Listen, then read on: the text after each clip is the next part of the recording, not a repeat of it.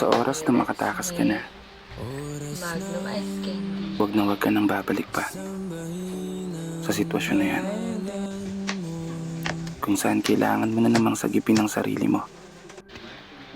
Sitwasyon na sadyang umubo sa'yo at nagpahirap sa'yo.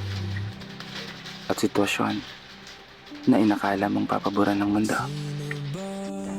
Kasi may mga pagkakataon sa buhay natin na aakalain mo na isang magandang tanawin ang nakikita ng mga mata. Ngunit sa oras na ihakbang ang mga paa, ay isang malalim na bangin pala ang nag-aabang sa'yo. Dahilan para masaktan ka. Dahilan para maging malungkot ka. Dahilan para manghina ka. At unti-unting maglaho ang dala-dala mong sigla.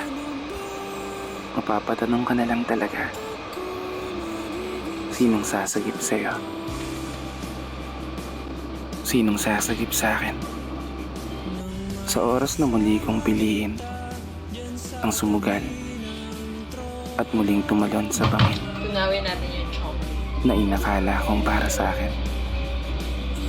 Huwag ka nang babalik pa sa sitwasyon na kakaawaan mo ulit ang sarili mo habang nakatitig sa salamin. Tumutulo ang mga luha ng palinga at kusang paulit-ulit tumatakbo sa isipan yung mga nakaraan na hindi mo na dapat gagawin. Bumangon ka at tatagan mo ang loob.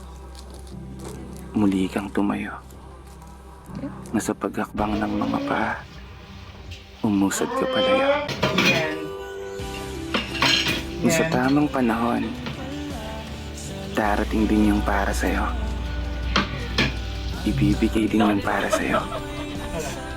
At kusang masisilayan ng mga mata yung napakagandang tanawin na pinapangarap mo.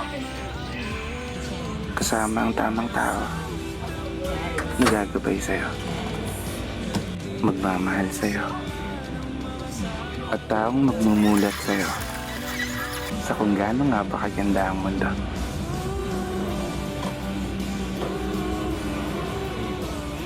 Dito na nagtatapos.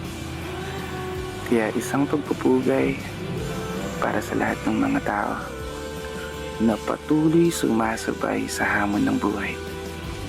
Ako nga po pala si Brother Matt at ito ang aking munting tula.